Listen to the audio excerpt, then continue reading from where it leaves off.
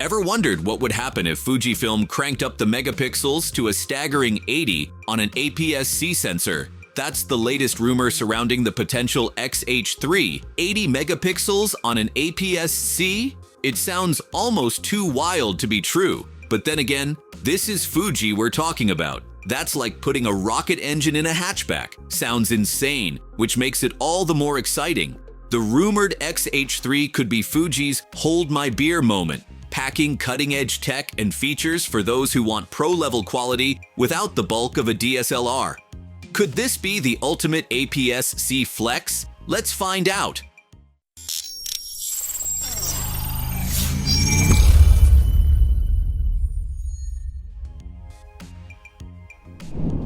First up, the headline, 80 megapixels. Yes, you heard that right, 80. That's the kind of resolution where you can take a photo of a landscape and then zoom in far enough to see someone's existential crisis from 12 miles away. But here's the twist. It's still an APS-C sensor. Now, you might be thinking, how does an APS-C sensor handle 80 megapixels without spontaneously combusting? Fujifilm's answer, witchcraft, aka interpolation. Here's the deal. The X-H3 allegedly uses some tech wizardry involving a 40 megapixel X-Trans CMOS sensor combined with interpolation techniques. Basically, the sensor collects all the data it can, then the processor swoops in and says, let's make this prettier. It creates the equivalent of 80 megapixels worth of detail. Think of it like putting on a pair of high-end glasses. You're still looking at the same thing, but suddenly it's sharp enough to make your eyes water.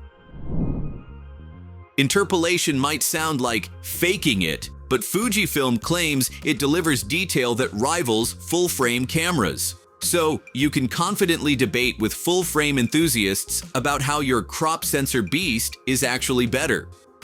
The X-H3 also features a 45-degree rotated X-Trans color filter array, making colors incredibly accurate. Even your cat's fur will look fluffier. While more megapixels can mean issues like poor low-light performance, Fujifilm counters this with dual native ISO for impressive low-light shots. Whether you're capturing a sunset or your cousin's garage band, your photos will shine. And for video shooters, the X-H3 offers 8K video because 4K is so last decade. Even if you don't own an 8K monitor, it's all about flexing. And let's not forget usability.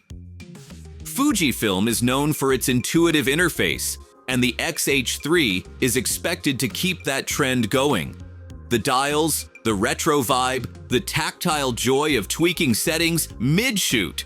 It's all there. It's the kind of camera that makes you feel like a better photographer just by holding it. Now, let's address the elephant in the room. How much is this monster going to cost? Rumor has it the price tag could land somewhere in the you might want to sell a kidney range, about $2,500 to $3,000. But hey, that's the price of greatness, right? Besides, who needs 2 kidneys when you can have 80 megapixels? Of course, the Fujifilm X-H3 isn't launching in a vacuum. There's the XM5, which is also making waves. It's like the X-H3's younger sibling who's super talented, but still living in their big sibling's shadow. The XM5 rocks a solid 26.1 megapixel sensor, 4K video, and IBIS, making it a great option for creators who don't need all the bells and whistles. But let's be real.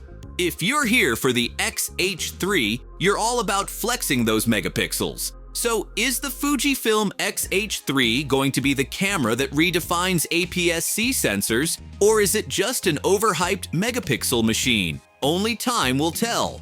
But one thing's for sure, Fujifilm isn't playing around, and this camera could be the start of something revolutionary. What do you think? Is 80 megapixels on an APS-C sensor a game changer or just marketing fluff? Let us know in the comments below. And while you're at it, don't forget to like, subscribe, and hit that bell icon so you don't miss the next deep dive into the wild world of camera rumors.